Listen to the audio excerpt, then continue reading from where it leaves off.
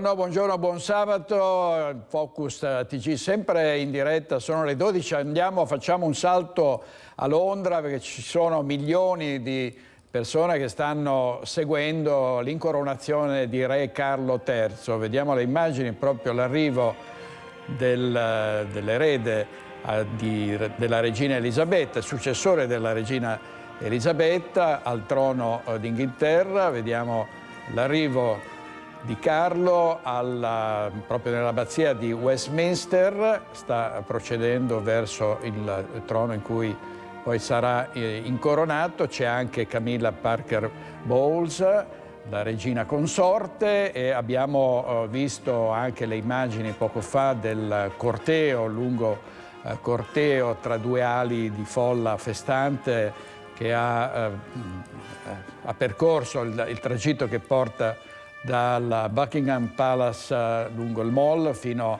alla Westminster Abbey, e questa è Camilla Parker Bowles che fa il suo ingresso, insomma una cerimonia straordinariamente impegnativa per la corona d'Inghilterra, ma che avviene dopo quella avvenuta nel 1953, l'incoronazione della madre di Carlo, la regina Elisabetta. Magari salteremo ogni tanto dal Veneto a Londra per vedere le altre fasi dell'incoronazione di Re Carlo, soprattutto quando sarà portata la corona.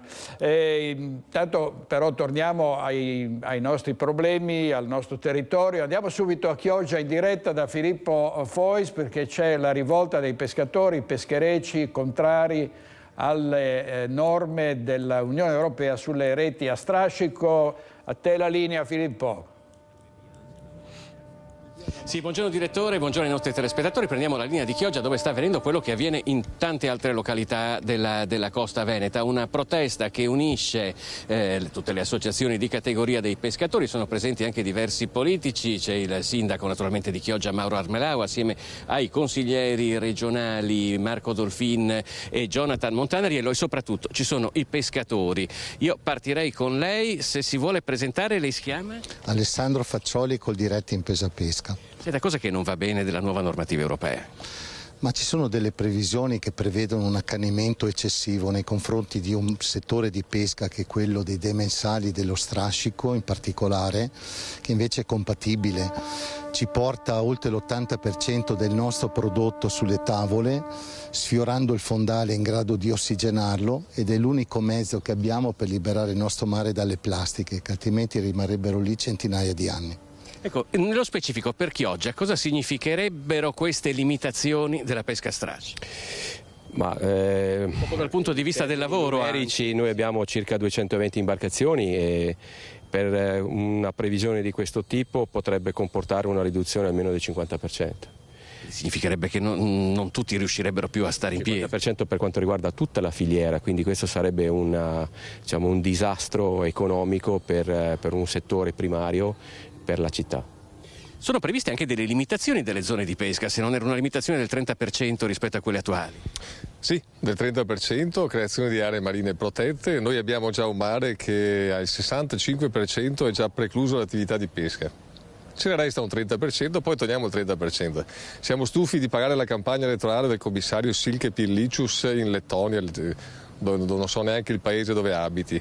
Deve fare campagna elettorale, lo sta facendo per un'associazione ambientalista. Il piano di azione che sta presentando è irricevibile. Dunque, sentiamo anche un po' la politica come si può muovere da questo punto di vista. Armelau. Sì, è inaccettabile che una persona che rappresenta in questo caso il mondo della pesca a livello europeo possa decidere su migliaia di famiglie che vivono di questo lavoro, e che lui proviene da un paese che ha 1 chilometro di costa. Quindi noi non ci siamo. Se queste sono le politiche dell'Europa sulla pesca, che creerà sicuramente disoccupazione, noi non ci stiamo, siamo pronti anche a protestare in Europa. Siete pronti ad andare anche a Bruxelles? Beh, sicuramente. Basta che i pescatori vengano, ci organizziamo, andiamo anche a Bruxelles per vedere. Sono scelte assurde che creeranno disoccupazione, scelte scellerate di uno che fa capire che non ne capisce di pesca. Chiediamo a Marco Dolfin, che è un consigliere regionale che rappresenta la maggioranza, la posizione della regione, che cosa può fare la regione in questo ambito? Beh, la regione sicuramente sarà dalla parte del mondo della pesca, come lo è sempre stato. Bene la sostenibilità ambientale, ma sicuramente dobbiamo salvaguardare l'economia e soprattutto il lavoro. Non possiamo permetterci di perdere queste nostre tradizioni, la nostra cultura, la nostra storia e soprattutto queste nostre specificità. Non vogliamo certamente perdere un'economia che deriva da questo settore e soprattutto non sapere poi dopo cosa avremo nel finale sopra i nostri piatti, perché ormai questa politica che sta portando avanti anche su una direzione dei cibi sintetici per noi non può essere per niente positiva. Dunque la regione farà sicuramente la propria parte, come a livello anche governativo. Tra l'altro si tratta dell'ennesima tegola. Chiudiamo con Jonathan Montanariello, che è consigliere regionale del Partito Democratico. L'ennesima tegola su una categoria che ne ha visti tutti i colori. L'anno scorso mi pare c'era stata la protesta per l'aumento carburante, per cui ogni anno ce n'è una nuova. Ma diciamo che la politica europea è fallimentare, perché se fosse vero quello che sostengono loro, ovvero che la colpa della riduzione degli stock ittici è direttamente collegata all'attività dei pescatori, oggi noi dovremmo avere i mari che pullulano di pesce, visto che negli ultimi anni la flotta si è dimezzata con i tagli delle barche, i giorni di pesca si sono ridotti, dovremmo aver avuto un'inversione di tendenza. Invece il tema va oltre quella che è l'entità del pescatore. Insieme alla pesca dobbiamo sempre ricordarci che c'è non solo un indotto di primo livello diretto per quanto riguarda tutto il mondo che gravita intorno, ma c'è anche un'economia regionale fatta di mercati ittici, fatte di azienda non solo di pesca ma di lavorazione, di trasformazione, di trasporto, di commercializzazione, oltre a dire che la pesca in Veneto, in virtù di quelle che sono anche le politiche regionali, è riuscita anche a declinarsi sotto l'aspetto di offerta turistica, cioè non è che si può pensare di dire che si fa la pesca turismo senza la pesca. Quindi diventa una tegola per la regione intera, che dovrebbe alzare il tiro e far capire che la stessa grinta e la stessa audacia che si usa quando si parla di Bolkestein bisognerebbe usarla anche quando si parla di pesca in Europa. Ricordiamo tra l'altro che la pesca, io volevo chiudere proprio con un dato, perché naturalmente questa manifestazione si sta svolgendo contemporaneamente anche in tutte le altre località in cui sono attivi i pescatori del Veneto. Chioggia è il centro più importante, innegabilmente, pesa tantissimo, pesa più di Mazara del Vallo, che curiosamente è molto più citata a livello nazionale rispetto a Chioggia, nonostante Chioggia abbia un'economia ancora più forte dal punto di vista della pesca. Quali sono i numeri più o meno di questo settore? I numeri sono 4 mercati ittici a livello Veneto, il mercato ittico di Chioggia è il primo mercato a livello nazionale, migliaia di operatori più l'indotto, migliaia di addetti. Mi sembra che i numeri qualifichino un settore a livello regionale e, come dicevano i miei colleghi, sicuramente interagisce con un sistema turistico veneto che è altrettanto importante.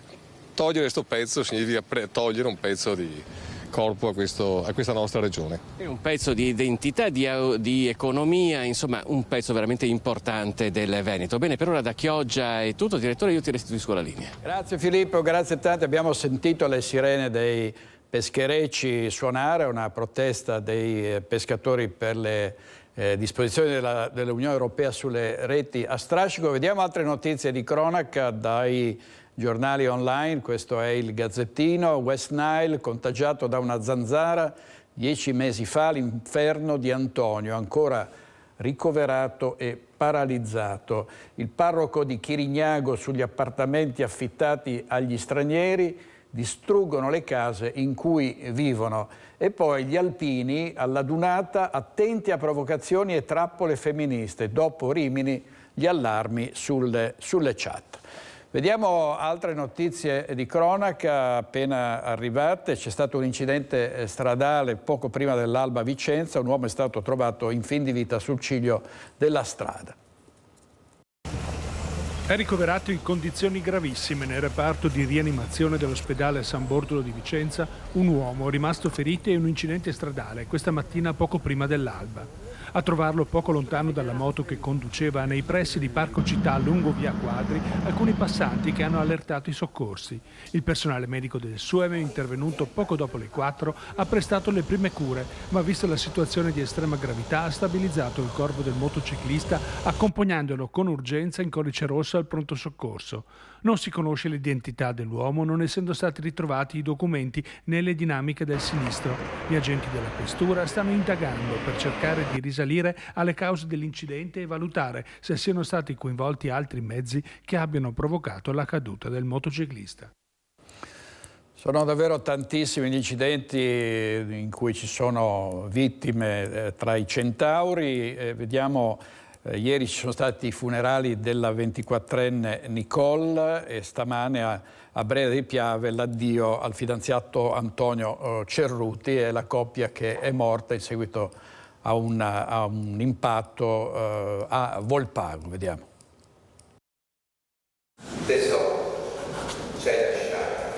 Avremmo voluto tenerti con noi per tutti gli anni della nostra vita. Sono queste le parole di mamma Luana e papà Mario lette da Don Stefano, parole che hanno squarciato il silenzio questa mattina nella chiesa di Breda di Piave per l'ultimo saluto ad Antonio Cerruti, il giovane 31enne morto sul colpo lo scorso 27 aprile insieme alla fidanzata Nicole Rebecca Gaia Bellusci, mentre percorrevano in moto le colline a Volpago del Montello. Un ragazzo esplosivo nelle tue passioni, la musica, lo sport, ci tenevi tanto alla tua persona, ma soprattutto la moto, quella passione che ti ha portato via da noi, tu e la tua Nicole. Non eravate fidanzati da tanto, ma ciò che vi univa era quella passione. A scortare fino alla chiesa Antonio, gli amici motociclisti, sopra il feretro, guanti e casco da moto del 31enne. Noi lo sapevamo che era tanto pericoloso, ma tu no, testardo e conosciuto, l'hai sempre voluta viva. Ci manchi tantissimo. Non so come faremo ad andare avanti senza di te. Al funerale presenti anche i genitori della fidanzata 24enne, salutata ieri a Montebelluna. Tanta commozione e il rombo dei motori accesi per l'addio ad Antonio. Il gruppo degli amici, gli Over Tremendous, gli hanno dedicato una maglietta. Persona straordinaria che è andata via troppo presto. Dell'incidente che opinione vi siete fatti? Sono quelle cose che non dovrebbero mai succedere, ma che purtroppo quando succedono sono una tragedia immensa.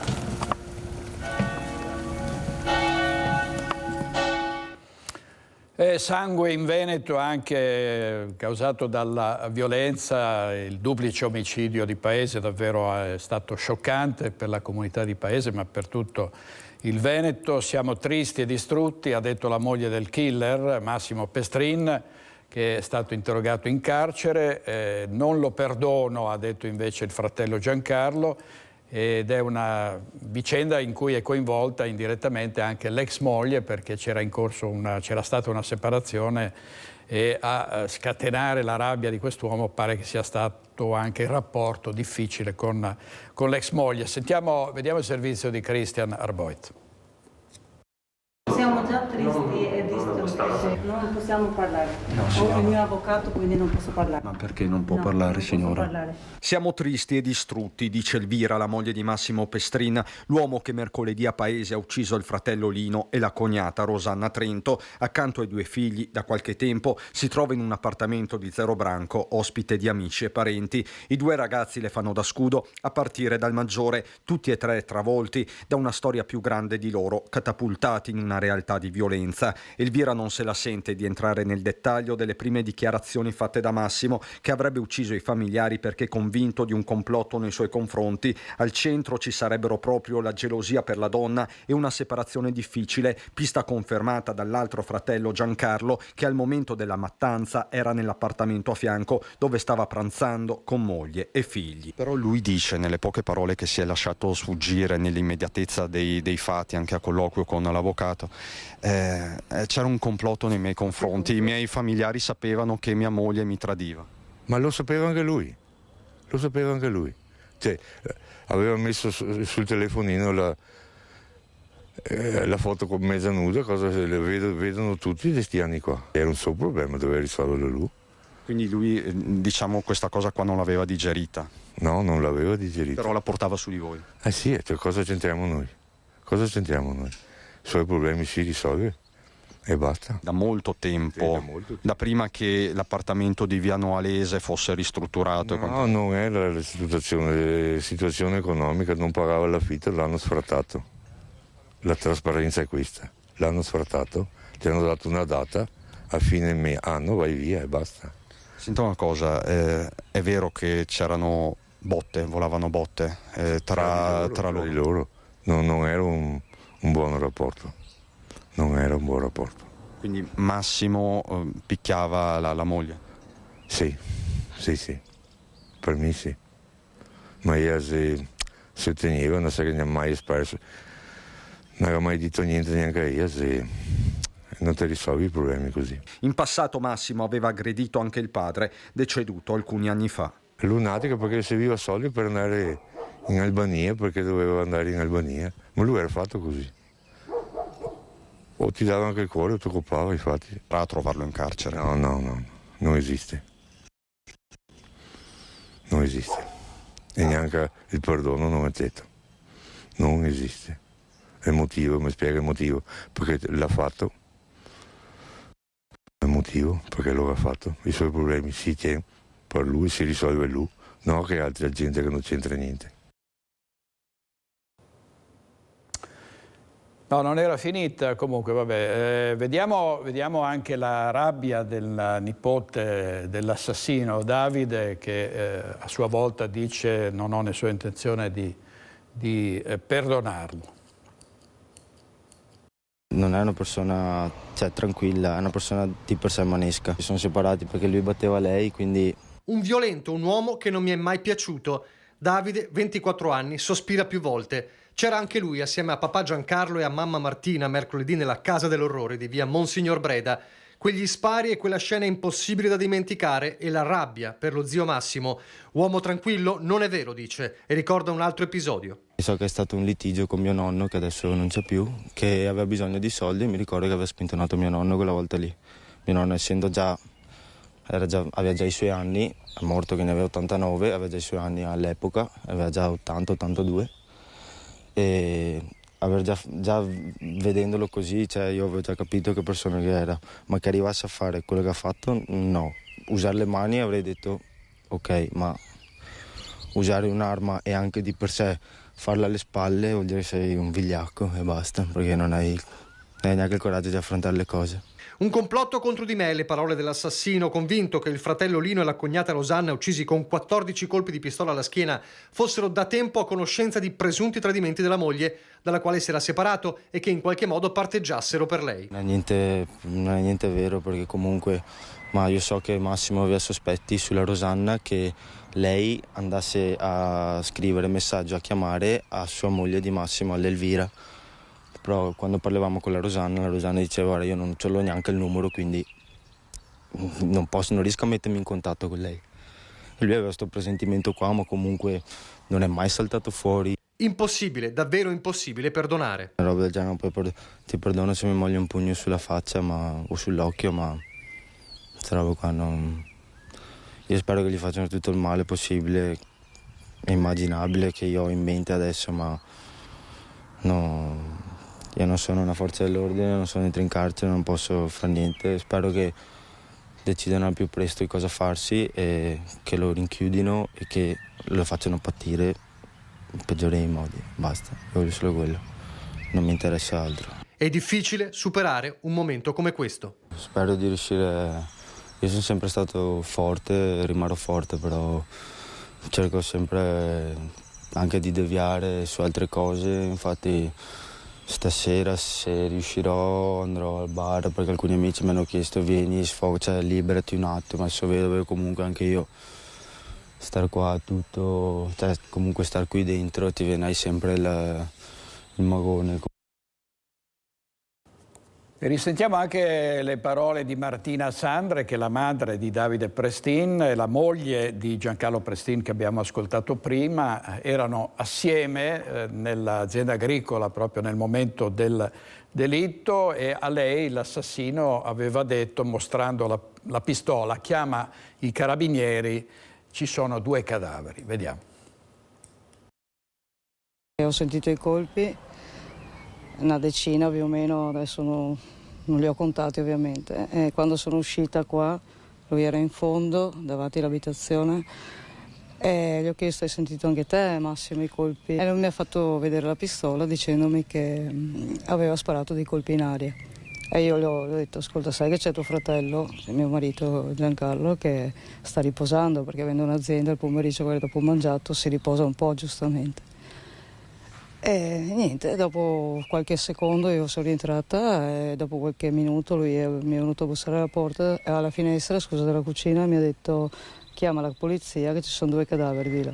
Era tranquillo, stava fumando la sigaretta fuori casa, cioè proprio freddo, diciamo. Quindi quando realmente ho realizzato, ho pensato anch'io che ero qua, lui là in fondo con la pistola, che se realmente gli giravano altri 5 minuti magari ci avrei rimesso pure io e la mia famiglia. Lui di fatto dice c'è questo complotto, queste sono le sue parole, i miei familiari mi nascondevano delle relazioni che mia moglie aveva con altri. Penso che siano cose che si è fatto lui in testa e basta, cioè che siano state cose che lui non è riuscito a capire, come si dice, a metabolizzare questa separazione, quindi probabilmente lui si è fatto dei pensieri strani in testa. Non pensavo, anzi proprio nessuno di noi pensava a una cosa del genere, visto che realmente era qua ospite, quindi bene o male non aveva nessuna motivazione, visto che mia cognata gli faceva mangiare, praticamente gli aveva la biancheria e tutto il resto, quindi doveva, secondo me, solo essere grato di quello che aveva. E questo è il nostro mestiere, raccontare i fatti anche più tragici, con molte difficoltà a volte, perché i parenti delle vittime molto spesso in situazioni di questo genere non vogliono avere giornalisti, protestano, volano insulti, insomma qui la famiglia è stata invece molto disponibile e ovviamente ringraziamo la loro disponibilità e anche, devo dire, il lavoro straordinario di Christian Raboy e Daniela Sizia, che erano inviati sul posto.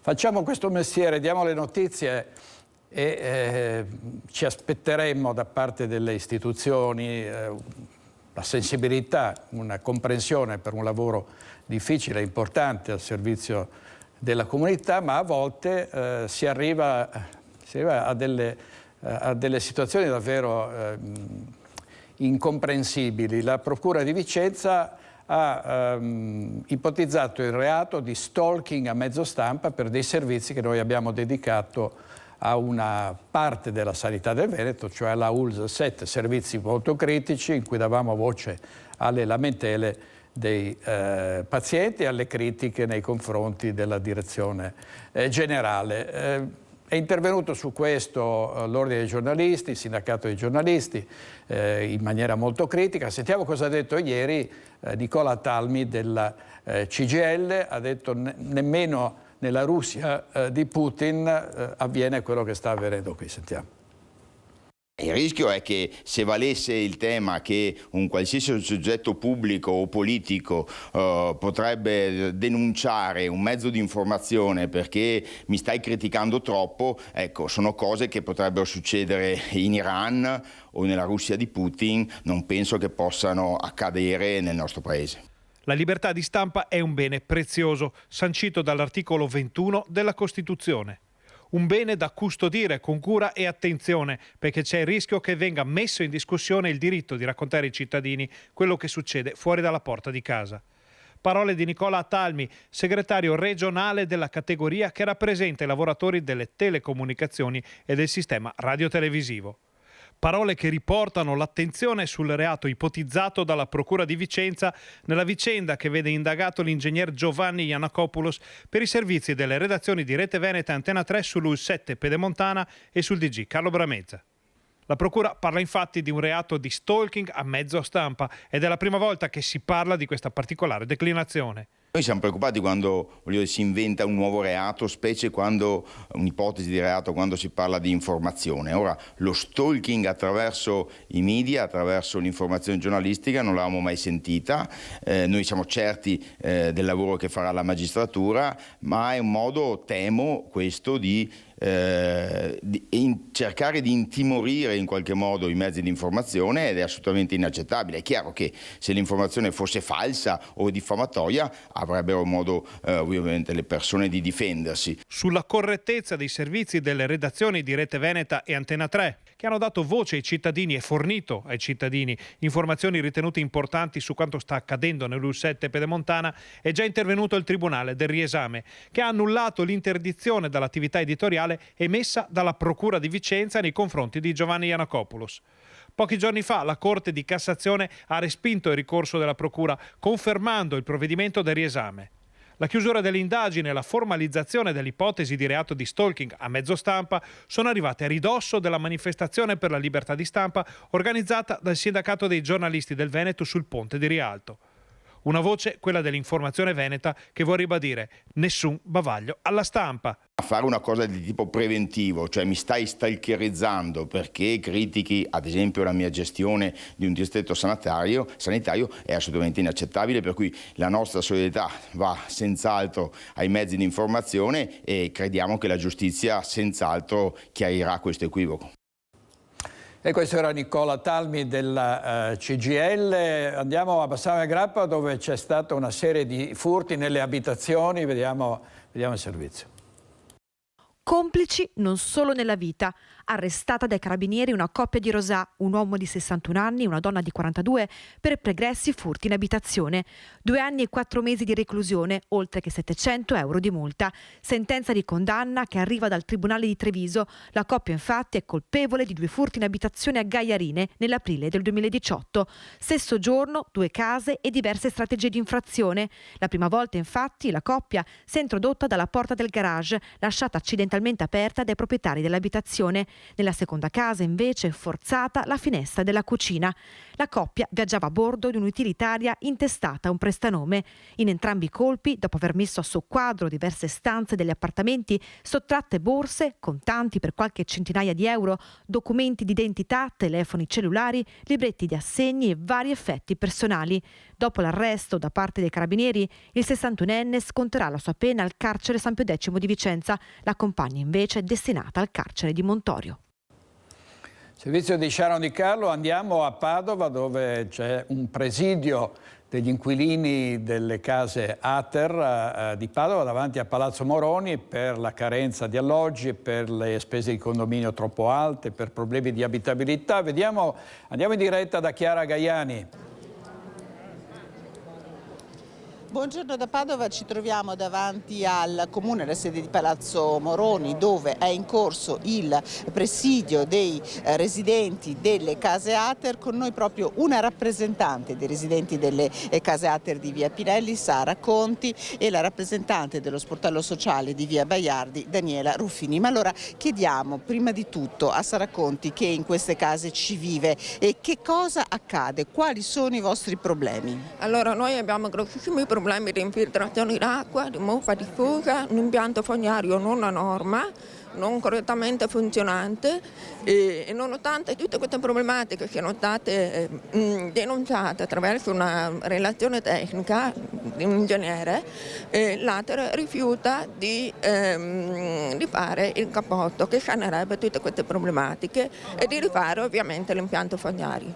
Oltre a questo abbiamo problemi anche per quanto riguarda la trasparenza delle spese condominiali. Abbiamo chiesto un consuntivo, noi non siamo mai riusciti ad avere i consuntivi delle spese effettuate durante l'anno per 20 anni. Quindi abbiamo fatto una raccolta firme e nonostante questo l'Ater continua a negarci una spiegazione per quanto riguarda le spese condominiali. Ecco, noi ci eravamo tra l'altro stati anche nei vostri stabili, sono parte del comune, parte dell'Ater, gli stabili del comune hanno ottenuto i fondi delle ristrutturazioni. Esattamente, tutto il quartiere, via Candelli e via Pinelli, di proprietà del comune, rientrano nelle 850 alloggi di proprietà del comune che usufruiranno del superbonus, quindi faranno un cappotto. L'Ater invece, nonostante i nostri edifici siano identici e abbiano più problemi di quelli di proprietà del comune, rifiuta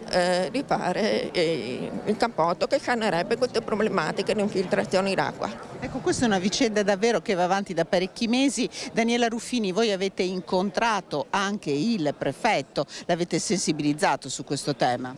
Assolutamente sì, il 1° aprile siamo stati ricevuti dal prefetto vicario e qualche giorno dopo la prefettura ha inviato una nota all'Ater per conoscenza al comune dove sostanzialmente approvava la nostra richiesta di convocazione di un tavolo. Questa è una vicenda davvero molto triste dal punto di vista delle istituzioni, perché l'Ater è un'istituzione pubblica e dovrebbe essere a servizio delle cittadine e dei cittadini, dovrebbe svolgere una funzione sociale, ma tutto questo a Padova non accade. Ci sono interi caseggiati abbandonati, ci sono impianti vetusti, ci sono spese condominiali che anche per questi motivi sono arrivate ad essere 5 volte più alte degli affitti. Non è possibile che non vengano date risposte alle cittadine e ai cittadini. Ecco, ovviamente sono in attesa di una convocazione dell'Ater per poter esporre queste problematiche, ovviamente anche i nostri microfoni sono aperti all'Ater per poter replicare rispetto a queste esigenze. Da Padova è tutto, restituisco la linea allo studio.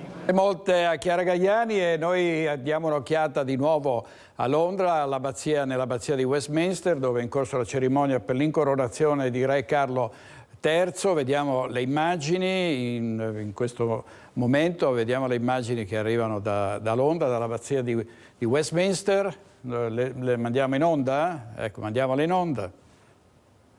And gave it again to the minister and sat down.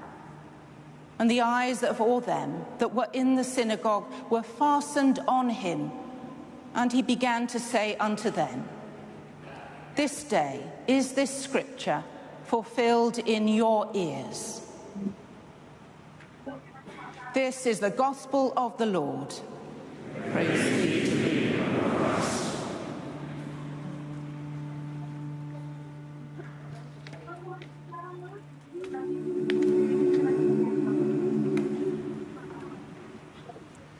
E quindi ci si avvicina verso il momento dell'incoronazione di Re Carlo III nell'abbazia di Westminster e noi torniamo qui da noi in Veneto a Treviso in vista delle elezioni del 14-15 maggio. Stanno arrivando, ci sono molti big della politica e sentiamo le ultime novità in diretta da Marta Marangona. A te la linea, Marta.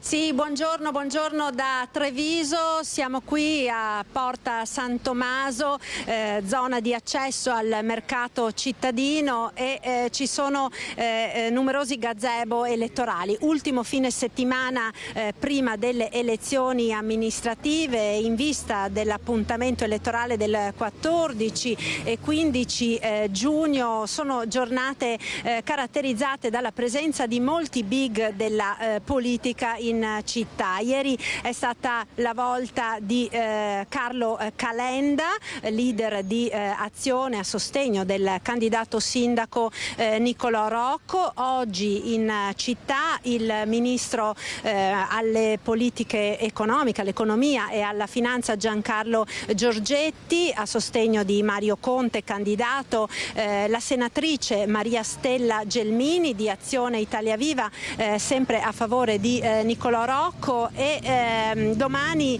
arriverà in città, in piazzetta Aldo Moro, Elly Schlein, segretaria del Partito Democratico, per sostenere la corsa di Denardi, candidato sindaco. Altri big sono previsti anche la prossima settimana, l'11 in particolare ci sarà Mario Adinolfi del Popolo della Famiglia e il ministro Matteo Salvini. Ma sentiamo subito l'intervista che abbiamo realizzato poco fa al Museo di Santa Caterina con il ministro Giorgetti. Al centro delle riflessioni, dell'incontro che ha coinvolto anche diversi imprenditori della città e della provincia, il destino dei fondi del PNRR. Sentiamo. Bisogna cominciare a mettere in chiaro una cosa: i fondi arriveranno se vengono rispettati i tempi, nel senso che il PNR è stato costruito con delle tempistiche, il raggiungimento di determinati obiettivi in tempi prestabiliti. Quindi l'erogazione delle rate da parte dell'Europa allo Stato italiano e quindi di converso ai soggetti attuatori, tra cui i comuni, avvengono se questi obiettivi di tempi vengono rispettati.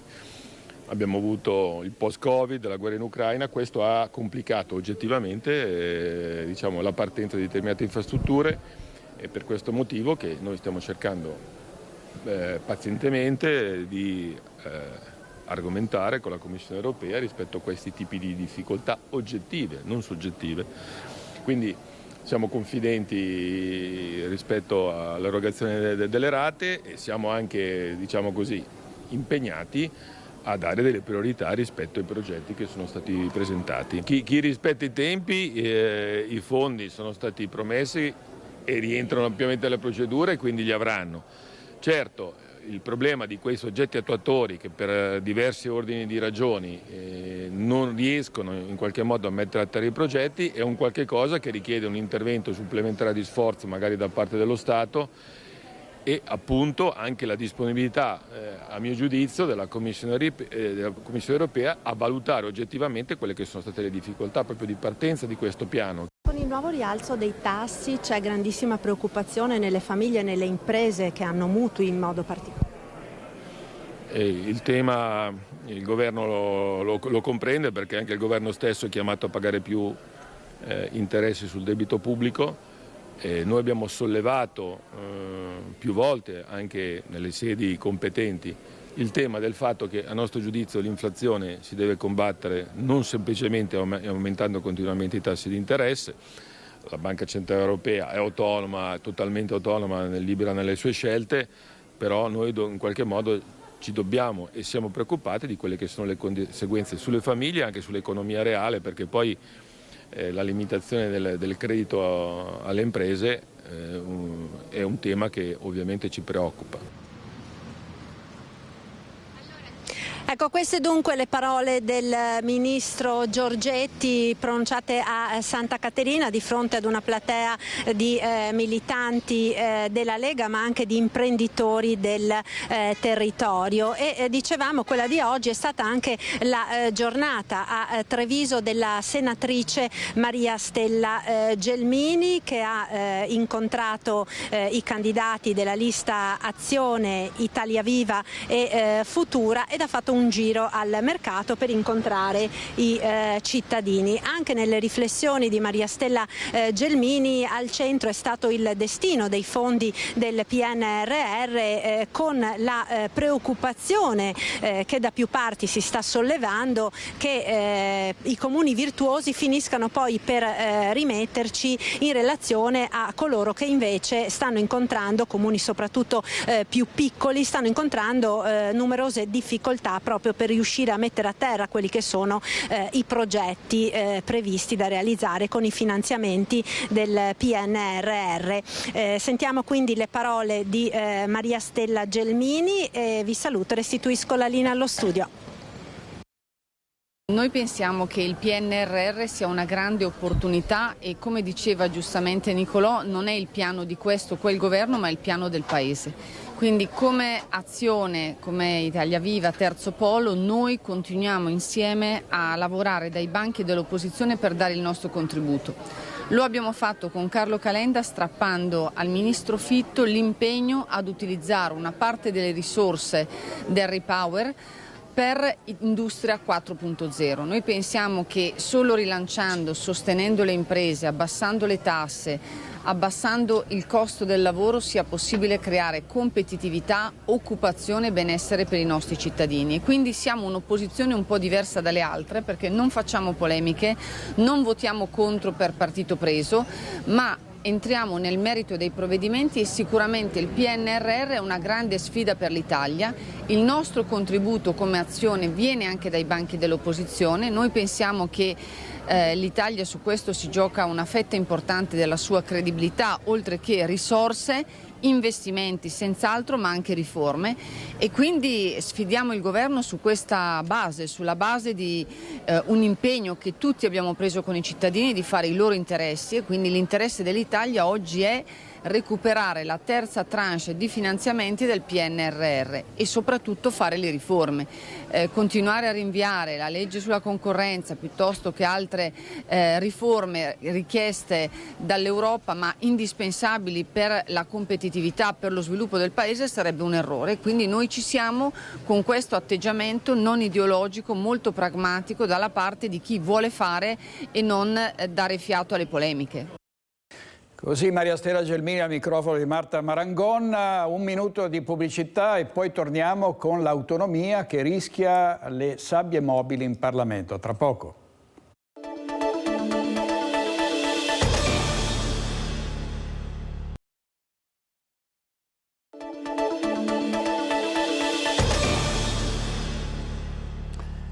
Martedì ci sarà un importante Consiglio dei Ministri sulle riforme istituzionali. È stata convocata anche l'opposizione dalla Presidente del Consiglio Giorgia Meloni. Ci saranno ovviamente i ministri per l'autonomia e gli affari regionali Calderoli, il ministro per le riforme Maria Elisabetta Alberti Casellati. Si parlerà, abbiamo saputo, soprattutto di presidenzialismo, ed è una riforma importante ma che è collegata in base al contratto del centrodestra al governo direttamente all'autonomia. Se passa uno non può passare l'altro. Il presidenzialismo è più impegnativo perché richiede una riforma costituzionale. L'autonomia invece è già su un binario e il treno dell'autonomia sta procedendo spedito, ma qual è il rischio? Che arrivando in Parlamento ci siano le forche caudine, ci siano le sabbie mobili. Pensate che la Commissione Affari Costituzionali dovrà sentire tutti i partiti. Ogni partito può chiedere 7 incontri per spiegare le proprie ragioni, i propri obiettivi, i propri distinguo, le proprie critiche, per cui si rischia di andare un po' con dei tempi lunghi. Quindi i parlamentari del Veneto, che sono 48 in questa legislatura, erano 75 nella precedente prima del taglio, dovrebbero impegnarsi perché questi tempi siano veloci, perché ci siano sollecitazioni a fare presto, così come chiede il ministro Calderoli. Speriamo in bene, perché i ritardi ormai siamo abituati a 2022 giorni dal referendum del 22 ottobre del 2017. Ma sull'autonomia sentiamo il capo della delegazione trattante del Veneto, un illustre giurista, il professor Mario Bertolissi. Sentiamo. L'avvio avrà luogo la prossima settimana con l'insediamento e anche, penso, la predisposizione dell'organigramma.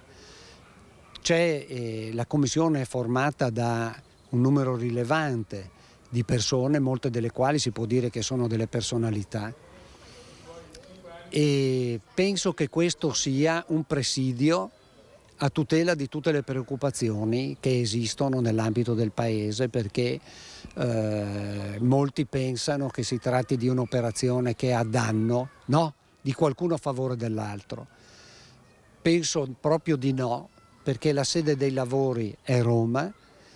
Roma è la capitale del Paese, lì in gioco ci sono tutti i supremi organi dello Stato, garante alla fine è la Corte Costituzionale e, come ho detto prima, la competenza di coloro che ne fanno parte e l'autorevolezza di molti, sempre di coloro che ne fanno parte, dovrebbe essere una garanzia.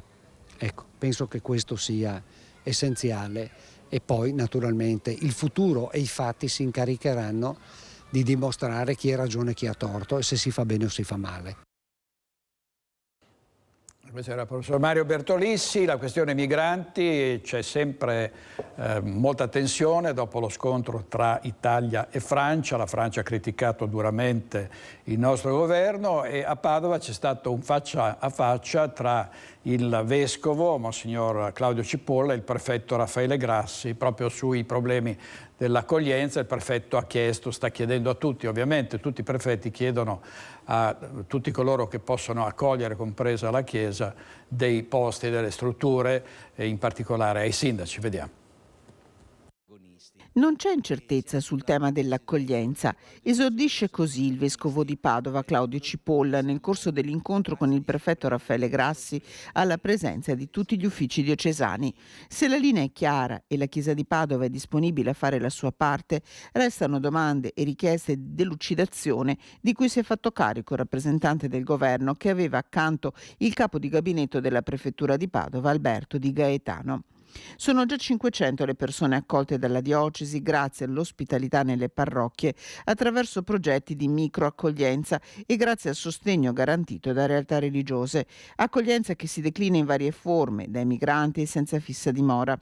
A fronte della necessità di reperire nuovi posti per rispondere agli arrivi che si profilano più numerosi nei prossimi mesi, la Chiesa di Padova ha rinnovato la sua disponibilità in dialogo costante con amministrazioni, enti, cooperative e associazioni di volontariato.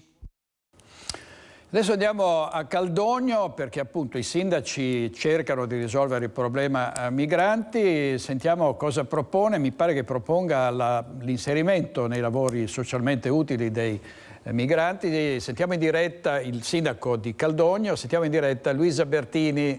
A te Luisa. Sì, buongiorno a voi, buongiorno ai nostri telespettatori. Siamo qui a Caldogno in compagnia del sindaco Ferronato per parlare di migranti. Ieri un importante summit in prefettura che ha visto coinvolto sindaci così come categorie del territorio per parlare proprio dell'accoglienza. Accoglienza che qui nel territorio comunale di Caldogno è gestita da privati e prefettura ma che è già in atto da anni e comunque ci sono migranti di queste ultime ondate accolti qui già da 6-7 mesi.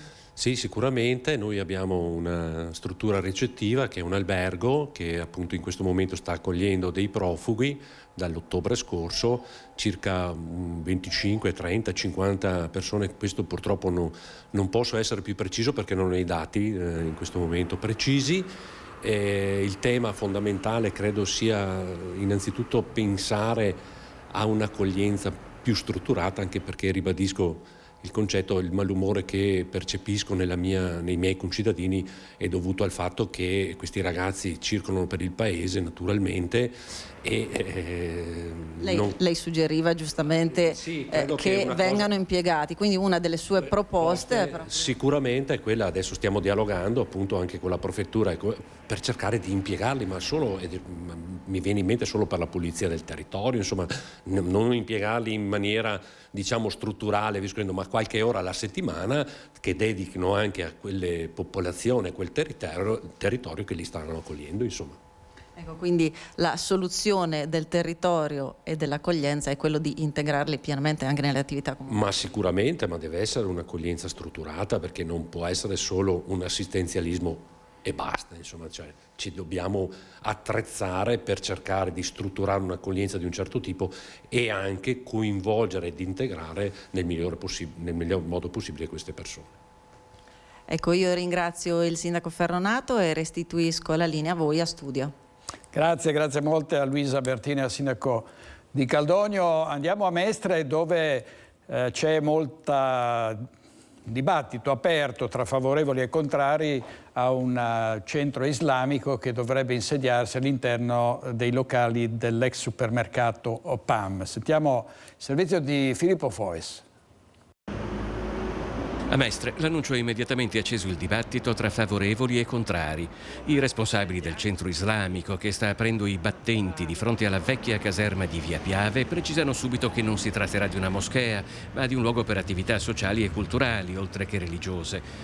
Ma ad animare i dubbi anche e soprattutto la posizione dell'immobile, a pochi passi dalla rotonda con le vie Miranese, Circonvallazione e Carducci. Questa è una struttura che potrebbe potenzialmente attirare qualche centinaio di persone, bisogna vedere se questa è un'area attrezzata ad un arrivo di così tante persone, a partire anche da questo marciapiede che è piuttosto stretto e sul quale poi potrebbero anche fermarsi i fedeli che non riuscissero a entrare all'interno di quello che una volta era un supermercato. Il responsabile del nuovo centro islamico di Mestre è Samrat Abdullah, 27 anni, impegnato in una serie di incontri, tra cui l'ultimo in ordine di tempo con l'amministratore del condominio che si trova proprio sopra l'ex supermercato. Avevo anche parlato con le persone del vicinato e molti ci hanno detto che non hanno problemi, alcune salvo particolarità che magari non ci siano aperture durante le ore protratte della notte.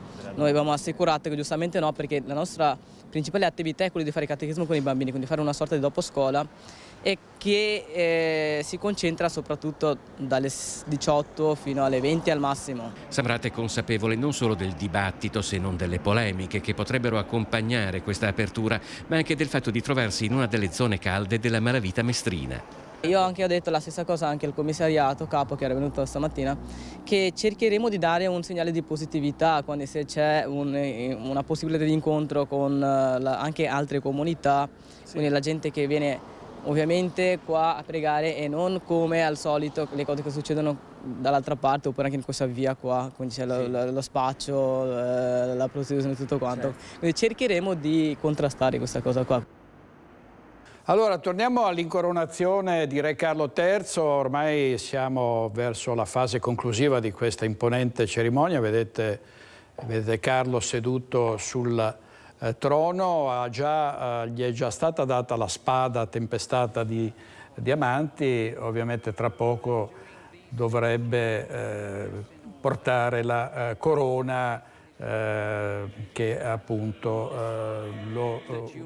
ufficialmente lo dichiara sovrano d'Inghilterra dopo la madre, la regina Elisabetta. Una cerimonia che sta andando avanti ormai da un'ora e passa, vedete c'è un sacerdote che gli restituisce di nuovo la spada, probabilmente ci sarà anche un giuramento. Sentiamo l'audio, sentiamo se c'è un audio.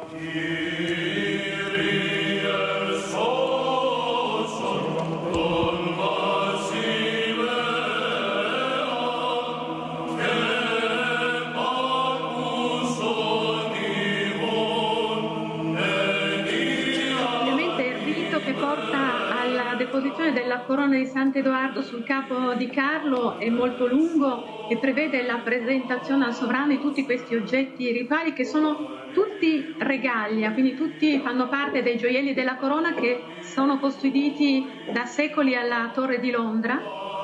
Risalgono tutti al 1600, sono stati riforgiati perché vennero fusi nell'epoca repubblicana di Oliver Cromwell. E sono tutti quanti gli stessi oggetti che sono stati utilizzati anche per l'incoronazione di Elisabetta II, quindi tra poco vedremo anche i bracciali della saggezza. Insomma, la cerimonia che va avanti e andrà avanti ancora a lungo. Intanto ricordiamo che Carlo Inghilterra è un ecologista d'antan, cioè lui prima ancora che partissero tutte le campagne di Greta Thunberg e di tutti coloro che hanno difeso e stanno difendendo l'ambiente, era già davvero molto sensibile alla tutela del territorio. Vediamo su questo un servizio, sul degrado dei parchi, vediamo un servizio, anzi dovrebbe essere una diretta di Alex Giuliano da Bassano del Grappa. Vediamo cosa succede. A te la linea,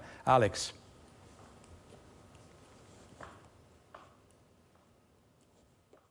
Un buongiorno allo studio, un buongiorno ai nostri telespettatori. Iniziamo la nostra diretta mostrandovi delle immagini davvero suggestive. Siamo a Bassano del Grappa, in quartiere San Michele. Bene, abbiamo visto il panorama, abbiamo visto la chiesa, la parte bella di questa zona della città, ma a pochi passi, proprio come potete vedere grazie alle immagini di Alessandro Costacurta, alle mie spalle si capovolge completamente la situazione. Perché? Perché come potete vedere c'è un parco giochi, c'è una delle aree verdi della città che versa in condizioni assolutamente precarie, e non solo, c'è degrado, c'è abbandono, c'è erba alta. Guardate, l'erba raggiunge addirittura questa altezza, quindi quasi insomma mezzo metro di erba alta, che chiaramente impedisce l'accesso, impedisce ai bambini, ai residenti di usufruire appieno di questi spazi. Tutto ciò perché? Perché come è noto da alcuni mesi a questa parte non c'è più quella fitta collaborazione che c'era un tempo tra i volontari, tra i comitati di quartiere e l'amministrazione cittadina, l'amministrazione comunale del sindaco Elena Pavano. Questo perché? Perché, come ricorderete, è un tema che abbiamo ampiamente trattato, non è stata rinnovata, diciamo così, la collaborazione tra volontari e comune, in quanto il comune ha deciso di non coprire più le spese assicurative dei volontari. Questo significa che chi autonomamente, mosso da buona volontà, amore per il proprio paese, prima si occupava dello sfalcio dell'erba, della raccolta anche dei rifiuti, di mantenere insomma i parchi in buono stato, adesso non solo deve lavorare, non solo deve farlo gratis, ma addirittura sobbarcandosi i costi dell'assicurazione. Questo è troppo. C'è stata una unione di tutti i comitati di quartiere di Bassano, per la prima volta nella storia, compatti, hanno detto no, ci fermiamo, se insomma il comune non ci dà assistenza, noi non possiamo assumerci la responsabilità di agire senza copertura assicurativa. Chi ci rimette? Ci rimettono i cittadini, ci rimettono le famiglie, ci rimette sicuramente la città, e queste immagini parlano da sole. Guardate un campo, oltretutto questo è un campetto, un parco inaugurato solo un paio d'anni fa, è già completamente abbandonato in una Bassano baciata dal sole, con la possibilità appunto di dare vita e di agevolare anche quello che è insomma la vita quotidiana nei quartieri, di renderla più piacevole, di coniugare natura con insomma la vita di tutti i giorni. Adesso siamo alle porte dell'estate, la situazione è questa, e diciamo, se abbiamo iniziato la nostra diretta con delle immagini suggestive, con un bel panorama, la chiudiamo con questa erba alta e questa situazione davvero di degrado che non riguarda solo questo parco, ma gran parte degli spazi verdi della città. Alex Giuliano da Bassano del Grappa, andiamo in pubblicità e torniamo subito.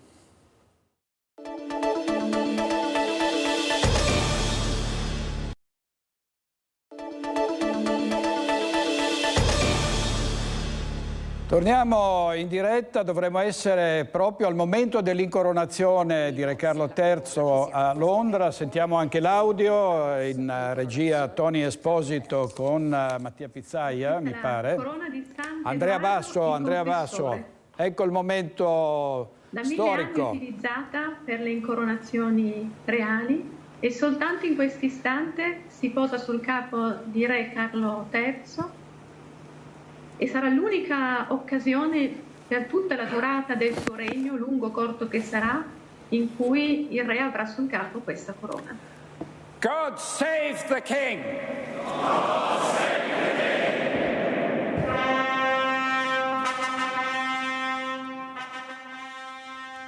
Beh, potevamo chiudere questo TG nel migliore dei modi, se non con il momento dell'incoronazione, di Re Carlo III, però non abbiamo ancora finito perché c'è un'intervista esclusiva di Lorenzo Maier all'allenatore del Napoli, Spalletti, dopo la vittoria del terzo scudetto. Vediamo. Lo scudetto del Napoli è un evento storico, è qualcosa che esce dagli schemi, un evento di cui tutti gli addetti ai lavori e non solo quelli del Napoli ne traggono beneficio. Se lo merita Napoli, ma anche tutto il nostro calcio. In generale si merita questo scudetto che ha vinto il Napoli. Non ho mai smesso di credere un attimo che mi sarebbe potuto accadere, ma anche se non lo avessi vinto sarei rimasto soddisfatto di quello che mi ha regalato questo tragitto ad arrivare poi ad essere allenatore del Napoli, e questi 2 anni dove mi sono sentito inondato dal sentimento dei tifosi del Napoli. Io in questo momento qui mi sento appagato, mi sento contento, tranquillo di aver donato tanta felicità ai tifosi del Napoli. È quella la cosa fondamentale, è quella la vera felicità, aver fatto felici tante persone, aver dato la gioia a tutti quelli che amano il Napoli. Chi ha a che fare con la terra sa che poi per avere un risultato bisogna lavorare duramente, bisogna aspettare molto tempo, e chi lavora duramente, la felicità è una cosa fugace, non si ha mai il tempo per essere felici, perché riparte subito un altro treno, riparte subito qualcosa a cui doversi dedicare e pensare in maniera profonda. È un'intervista esclusiva di Lorenzo Maier a Spalletti, che è un suo caro amico. Festeggiamenti anche in Veneto, abbiamo visto in tante piazze l'entusiasmo dei tifosi della squadra partenopea, ma non perdetevi questa sera una partita eccezionale su Telenord Est, una delle nostre 4 reti, canale 18, per l'appuntamento con la finalissima della Coppa del Re. Vediamo. Il fischio d'inizio alle 22 di questa sera in diretta su Telenord Est, quando partirà l'attesissima finale di Coppa del Rey tra il Real Madrid, il club più titolato al mondo, e l'Osasuna di Pamplona, Cenerentola del calcio spagnolo, che va alla caccia del primo trofeo nei suoi 103 anni di storia. Se l'Osasuna cerca l'impresa nello stadio Cartuja di Siviglia, i Blancos di Carlo Ancelotti, ancora in corsa anche in Champions League, dove ad attenderli c'è il City di Guardiola, non hanno nessuna intenzione di mollare. Dopo i record di ascolti della semifinale di ritorno, sarà ancora una volta Telenord Est, canale 18 del digitale terrestre, a trasmettere in chiaro la finale di Coppa del Rey, una finale tutta da vivere stasera a partire dalle 22. Non perdetevi questo appuntamento su Telenord Est. Chiudiamo qui Focus TG. Ringrazio i registi Tony Esposito e Andrea Basso, e ci rivediamo prossimamente, ovviamente lunedì, con il nostro telegiornale, poi lunedì sera con il talk alle 21:15. Buona giornata, arrivederci, buon weekend.